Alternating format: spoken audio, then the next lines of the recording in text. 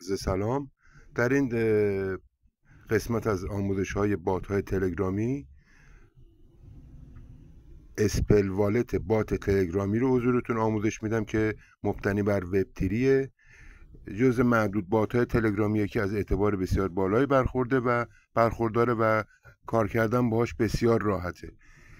وارد بات که میشید روی گزینه آبی رنگ بالا گوشه سمت راست کلیک میکنید تا بات تلگرامی اجرا بشه.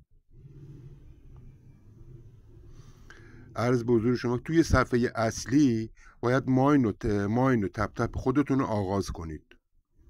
هر 7 ساعت یک بار شما میتونید، البته الان ظاهرش عوض شده، میتونید با کلیک روی گزینه تپ تو بوست، الان من چون کلایم کردم نشون نمیده، ولی روی این گزینه کلیک کنید یه دایره دورش خط سبز رنگ هست پر میشه و عرض به حضور شما که ماین مجدد شما همونطور که مشاهده میکنید مثل من آغاز میشه.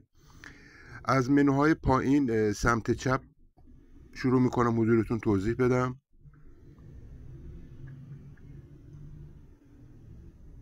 گزینه بعدیش تسک ها هست که یک سری تسک داره که باید تسک ها رو انجام بدید که همونطور که مشاهده میکنید بنده خودم اکثر تسک ها رو همشو انجام دادم. یه دونه فقط این تسک کمپین $50,000 داگز مونده که اونم مشغول انجام دادنش هستم. روی دیلی چک هم بزنید، روزانه میتونید یه جایزه دریافت کنید. گزینه بعدی NFT هست. چنانچه موجودی داشتید میتونید اینجا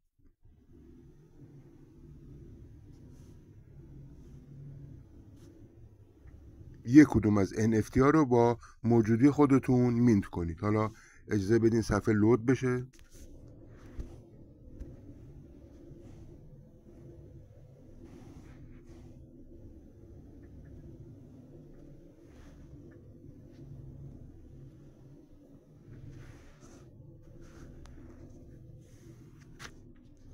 همونطور که مشاهده میکنید NFT های مختلفی هست که در صورت داشتن موجودی میتونید اینها رو مینت کنید.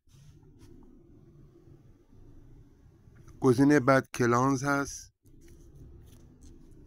شما میتونید اینجا کلن درست کنید یا گروه درست کنید که افرادی که زیر مجموعه شما میشن به شما بپیوندن و سرعت ماین و تپ تپتون رو بالا ببرید. با کلیک روی گزینه Create Clan میتونید این کار رو انجام بدید. مراحلش بسیار راحته. و گزینه آخر